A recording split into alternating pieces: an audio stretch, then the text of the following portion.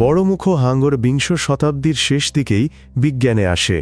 হাওয়াইয়ে এর প্রথম স্বীকৃত নমুনা পাওয়া যায়। এটি একটি নতুন বড় প্রজাতি হিসাবে চিহ্নিত হয়।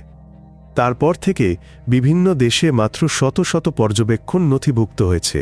এটা অবাক করে, এত বড় হয়েও বড়মুখ হাঙ্গর প্রায় অদৃশ্য থাকে কিভাবে? খাদ্য কৌশল অনুসারে বড়মুখ হাঙ্গরের মাত্র দুটি আত্মীয়, তিমি ও দানবীয় হাঙ্গর। তারাও ফিল্টার ফিডার। তবে বড়মুখ হাঙ্গরের ঠোঁট ও মুখের ভাঁজগুলোর গঠন বিশেষ। এটিইএই প্রাণীকে পৃথিবীর জন্য এত অদ্ভুত করে তোলে।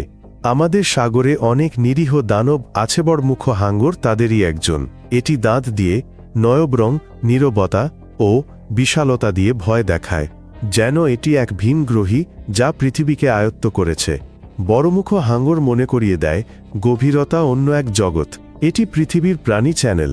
আরও ভয়ঙ্কর আবিষ্কার ও নতুন প্রাণীদের দেখতে সাবস্ক্রাইব করুন। বিদায়। সমস্ত ভিডিও ইউটিউব চ্যানেল পৃথিবীর দানবে দেখুন।